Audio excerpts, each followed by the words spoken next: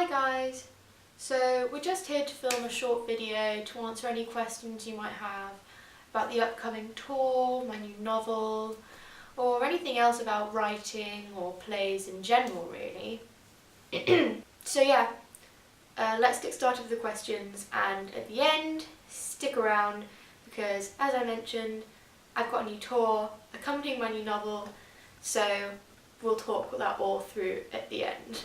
So the first question says, why are you choosing to write a memoir at such a young age?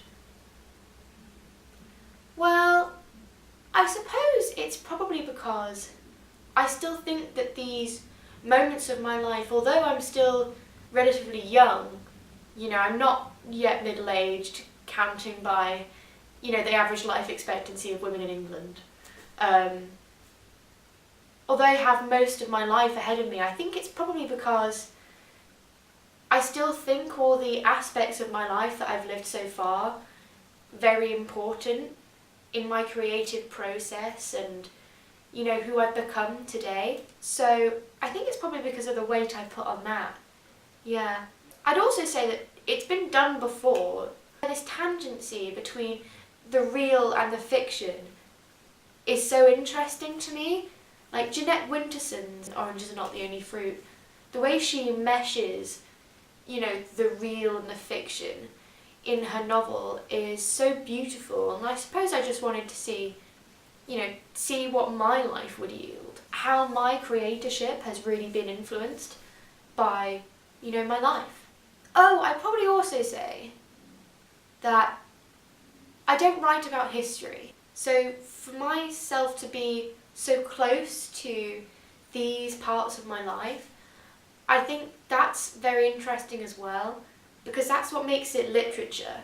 I'm not documenting just facts, I'm documenting a life, and this is my first novel, so I think that it's probably very valuable to be close enough to have so much emotional resources to write about. So the next one says, have you ever gotten writer's block? And I think that every writer has probably had writer's block at some point in their life. A complete and utter lack of inspiration is hardly uncommon. I'd probably say it was one of the most common problems of being a writer, particularly when you do it full time, because it's hard to be creative all the time. It's hard to not have that more menial aspect to your work. You always have to be engaging your brain. There's no, or there shouldn't be any kind of repetition. You shouldn't have those safety nets that you can fall back on. So yes, I've had writer's block, but it's also important because it's how you push yourself to improve, I think. So the next question is, did you ever consider writing under a pseudonym? And I always wanted to write under a pseudonym when I was younger. I used to think them up. I remember that I really liked the name Wendy because of Peter Pan. I always imagined that I'd be a Wendy if I was a writer. But I think that, as I was beginning to make this my career, I thought that having a personal attachment to so much of my work that I do, I wanted to be able to actively engage with my audience. As a public figure, I'm still promoting a character, but I thought, what's the difference between my character as myself and my pseudonym character? There wouldn't really be any. I suppose once I got to that point of wanting to start publishing and stuff, I had more reason to give my own name to it than to withhold it. Do you want each book to stand on its own, or are you trying to build a body of work which all relates to each other? I'd probably say that I want them to be standalone. I think maybe one day I'll end up writing a series, but before I'm going to write a series, I want to create contained aspects. And I think there are definitely themes and contemplations that travel through my work in the various forms that they're in, but I also want them to be readable without having a greater knowledge. What do you owe the real people whom you base your stories on? Nothing, I guess.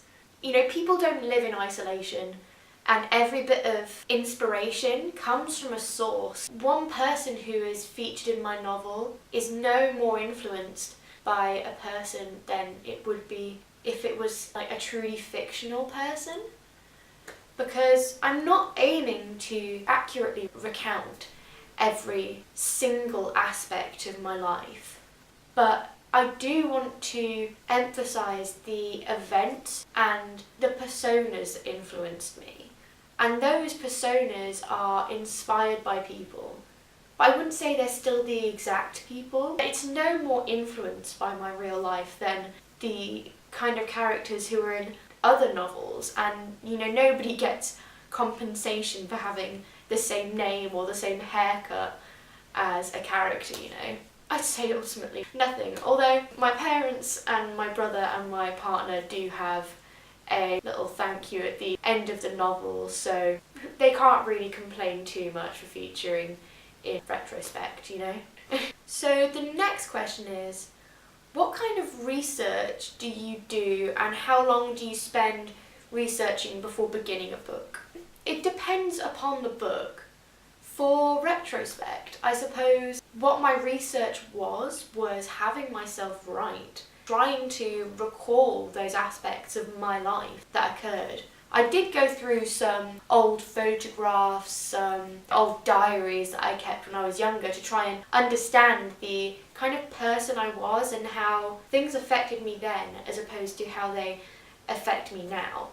Because I think that's very important. The way that we interact with memory is so different based on how long ago it was. Again, this is why I wanted to write my memoir now. Like, maybe I'll revisit the subject of myself in a later novel, but I wanted to look at it from both a distant and fresh perspective. It's not too long ago to not see the direct impact it's had on my life, but it's not so recent that it's hard to write about. It's just an inspiration as much as anything else is. What do you find most difficult about writing characters of the opposite sex? I think that you encounter the same difficulties writing any character as you would writing one of the opposite sex to you, because we each have our own personal responses to things. I know traditionally men are meant to be less emotive, less feeling, more perceiving than feeling, but I personally find that if I'm in a character's head enough, then it comes easily regardless. And it's when I don't know a character well enough that I find it hard to write from their persona, from their perspective, or create convincing dialogue, because that dialogue comes from a real voice. And if you don't know that voice, you need to look at your characters more. You can't write a novel without knowing your characters regardless of their sex. What period of your life do you find yourself writing about the most? So, as I mentioned before, I am only in my early 30s. I suppose my most written about life would be my early 20s to mid 20s, because in my early 20s a lot happened. There was a lot of shifts in my life, and I think that changing in a life is very interesting to read about. It is ultimately very universal, the being taken away from the safety net of university, genuinely living away from any kind of support mechanism. That was difficult but inspiring at the same time. I was surrounded by this artistic generation. They were my friends and they were my peers because I was a practicing artist in my early 20s. So I suppose it makes it quite interesting as a dynamic. We're all very well educated, we all had these big personas, and those kind of personas are going to probably be inspiring to me for the rest of my life. So the fact that they appeared at that time of my life would make it a particular era that I'd like to revisit. I think that's just about all we have time for today, guys. But before I go, I just want to mention I'm going on tour. The tour dates are now official. I'm going to be starting in Leeds, where I did my foundation diploma in art design, which is Leeds Arts University. I'm actually going to be a part of their final exhibition, which is very interesting. I've not been showcased alongside artists in a very long time, so I think that's very exciting. I've also got some tour dates in Manchester, Newcastle, Birmingham, London. I'm also going down to the Isle of Wight to feature in their literary festival towards the end of summer. So we will have exclusive things that you can, you get them for free once you turn up. A few bookmarks, maybe some signed goodies, maybe a sample book. We're looking into the cost at the moment. That's sort of all I wanted to mention, and I'll just sign off and say, have a nice day. It's been nice talking to you, and hopefully I'll get to see you soon.